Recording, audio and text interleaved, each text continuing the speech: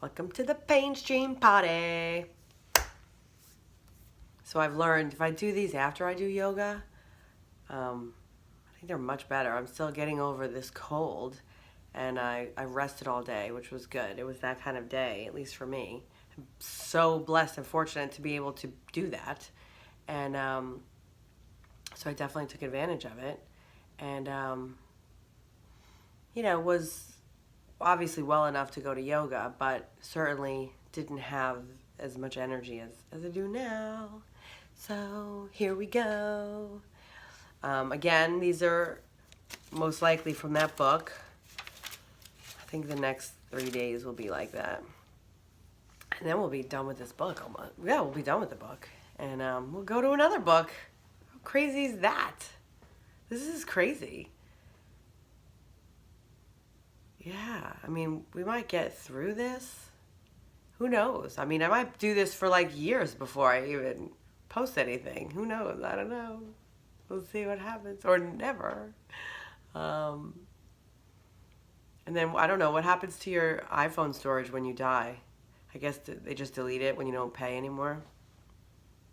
That would be a shame. I have to give someone my... I need to write a will and all that stuff. It's so morbid. I know I should. Anyway, so the book is called, just so you know, What Women Don't Know and Men Don't Tell You by Michelle McKinney Hammond and Joel A. Brooks Jr., who I have differing views on now. But I think that makes it interesting, right? I mean, you can't agree with everything, and it shows you how your thoughts and your ideals change over time. And, just because what I think has changed or what I'm saying here, it's not necessarily right. It doesn't mean it's right for you. I'm telling you what I think. I'm telling you what I think and I've learned from my life experience. And, hopefully that will help you. But you can't rely on any one person or any group of people to tell you your truth. You need to pursue that and find out what you feel comfortable with for yourself. So here we go. You will feel compelled to take on His wholeness as your assignment and then internalize the same when you fail. I'm going to just read this and then go back and talk about it because it's too much to process while reading it. Because the shame when you fail. I said the shame. Because you will fail. The truth is that when you take on His lack of wholeness, you are superimposing your own brokenness onto Him. You are trying to fix yourself. Your healing must begin with allowing God to free you from your fantasy and change your life from the inside out. Okay. First, what I want to say is, I don't want to say he or she. I don't think these are you women do this and men do this. Maybe the bell curves are, if you don't know what bell curves are, Google it, but maybe they are skewed one way and another for men and women, but men do this too. You can't just say, oh, women, you do this. Women aren't all the same. Obviously, there's such a spectrum of people. There's no, codependent men. There's no broken men trying to get in relationships, trying to fix women. Come on.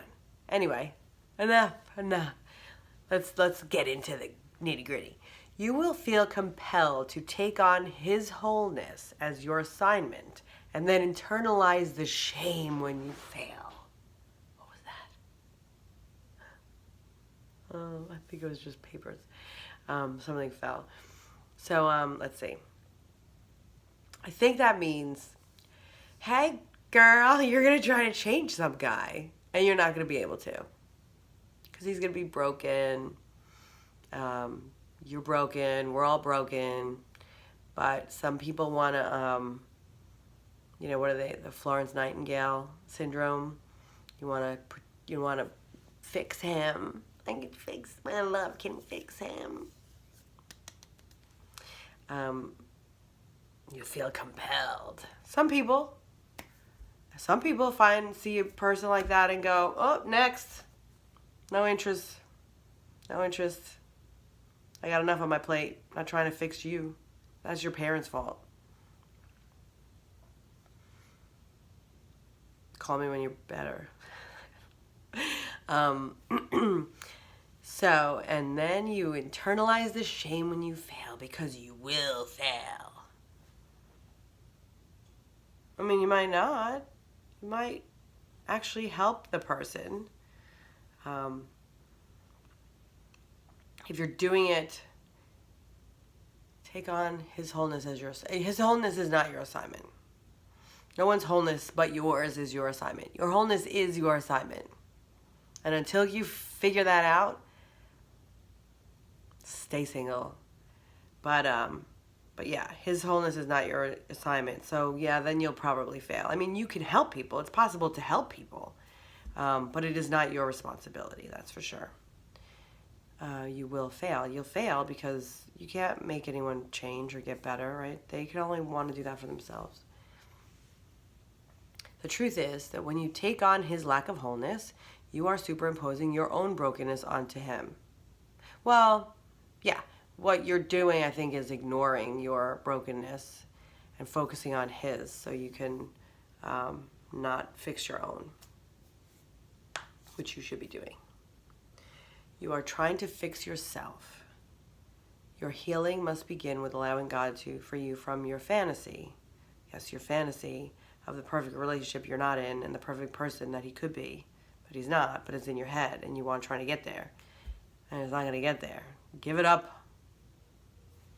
I feel like I'm doing that right now. So give it up. Change your life from the inside out. Yeah. You know, your healing must begin with allowing God to free you from your fantasy and change you from the inside out. So, you know, God, the universe, spirit, whatever. But the point is, you need to work on yourself, fix yourself before you can really share that with others and truly love others and have a healthy relationship. You can have a relationship without doing that. It'll be unhealthy and you'll be in pain. But you can. It's up to you when the brokenness cycle in your own love life will end. Ding, bing, bing, bing, bing. We have a winner. It is up to you. Not everything in life has a price, but everything in life costs. Yes, yes, yes, yes. So, you know, costs, I guess, price. Yeah, not a price as in like you could use currency to get it, but I guess that's similar, I would say, to my analogy that I use of like everything's a market. Everything's a transaction. It sounds cold and it sounds terrible, but it's true. Right? So for example, if you're in a relationship and you're unhappy, you're not that unhappy. You're just kind of unhappy. You're like, nah, it's not worth leaving, you know, like I have my stuff here and I really like his dog and it's not really, you know, I'm not that unhappy. So you have this compared to what? Being single and being on your own and you're like, nah, this is kind of better, but let's see. You win the lottery or you get a job somewhere else or you meet someone else that's kind of like, something, something. Tell me something good. And then all of a sudden you're like, whoa, wait a second. Okay, so this thing has now outweighed this thing, so you will probably go to this thing. A value or energy, or there's a supply and demand for everything. So the value of this used to be higher than the value of this until something changed. And the transaction value changed. And so you made another decision. If I think of a better analogy, I'll let you know. But pretty much everything, it's hard to think of a thing that's not a transaction or a supply and demand. You know, I mean, the currency could be love, the currency could be energy, the currency could be good vibes, the currency could be bad vibes. You know, it doesn't matter what the thing is that you're transacting with.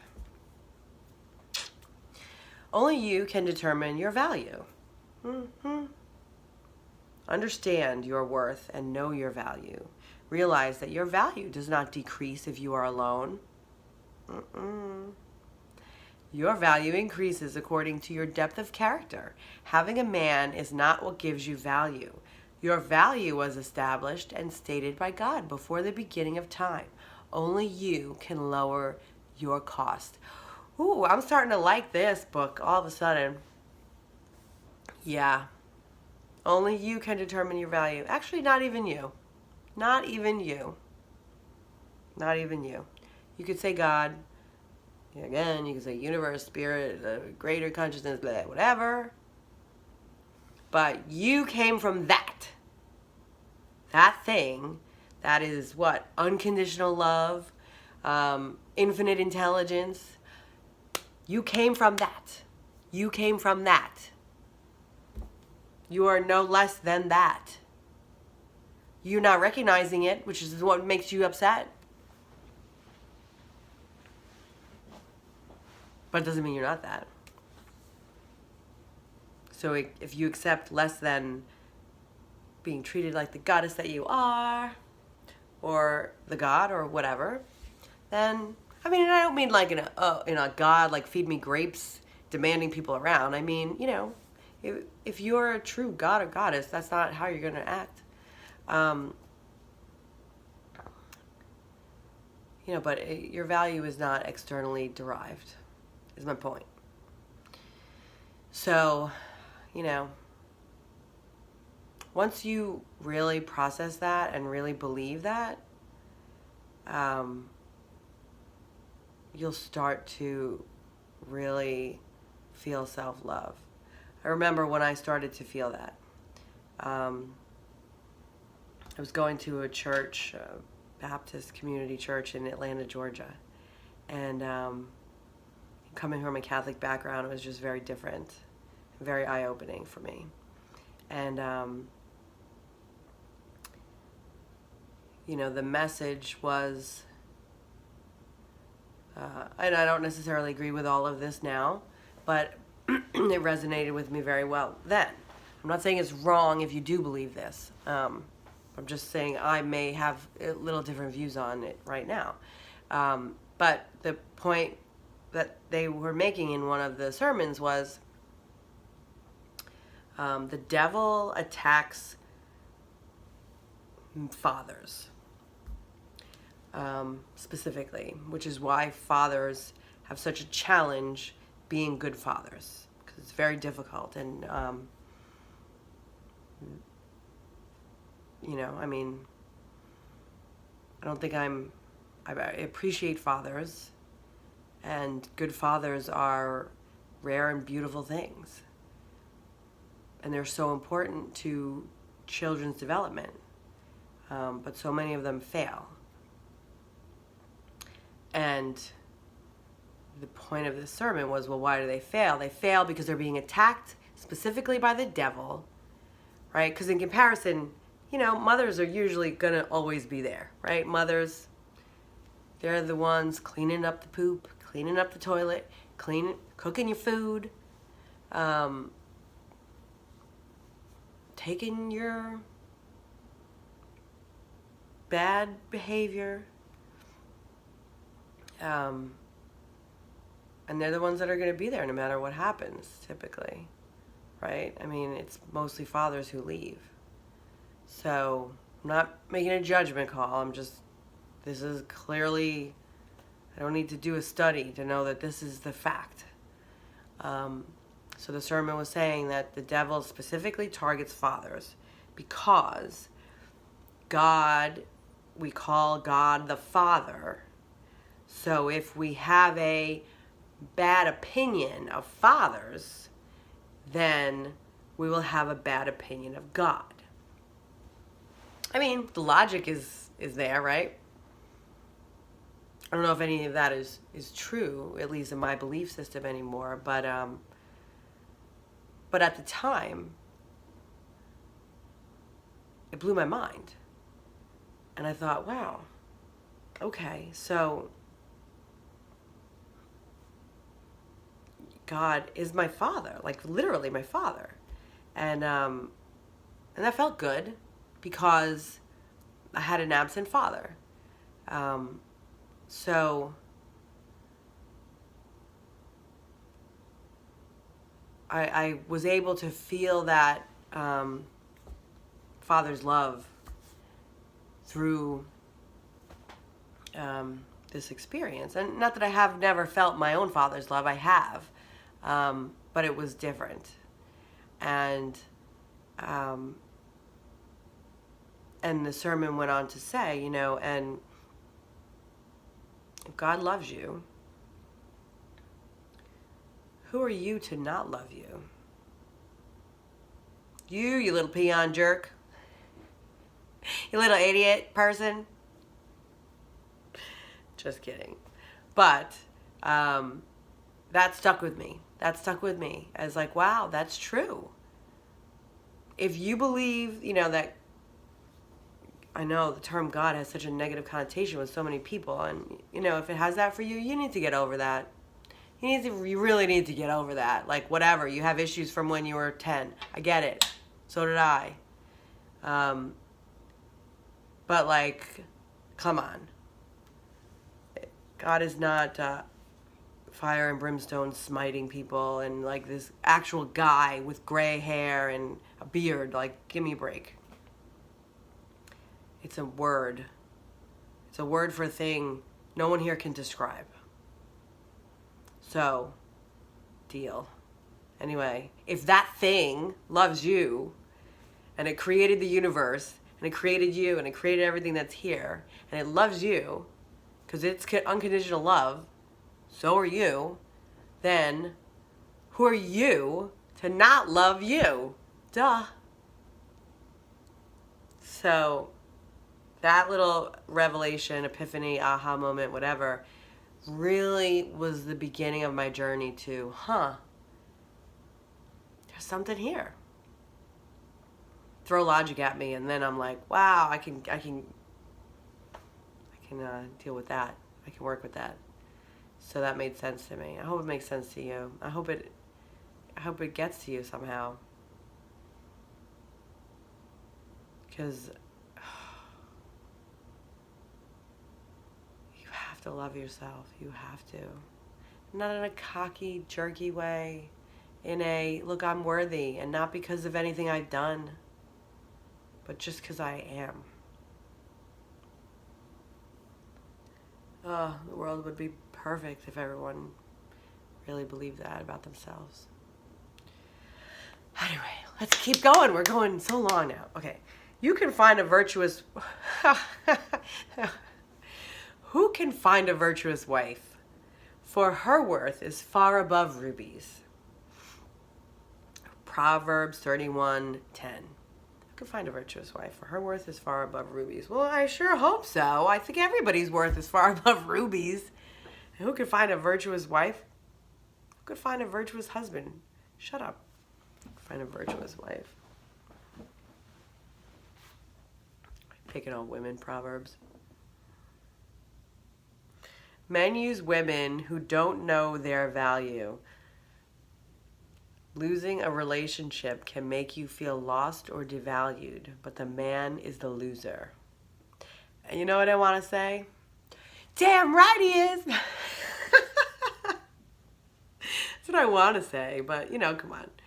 Men use women who don't know their value. Oh, of course, absolutely. God, I've known guys who are like, they have a radar for like, oh, this person's separated or this person's going through a divorce. Then they're like, Yeah, I want that one because I know they're vulnerable and I'm just going to go in for the kill.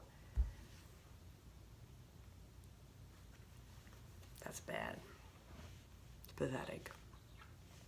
But it happens. So, but do women do that too? Yeah, I'm sure they do. Losing a relationship can make you feel lost or devalued. For anyone. But the man is the loser. I mean, there's two losers in every relationship that is broken. Right? There could be more. If you have kids, they're all losers too. But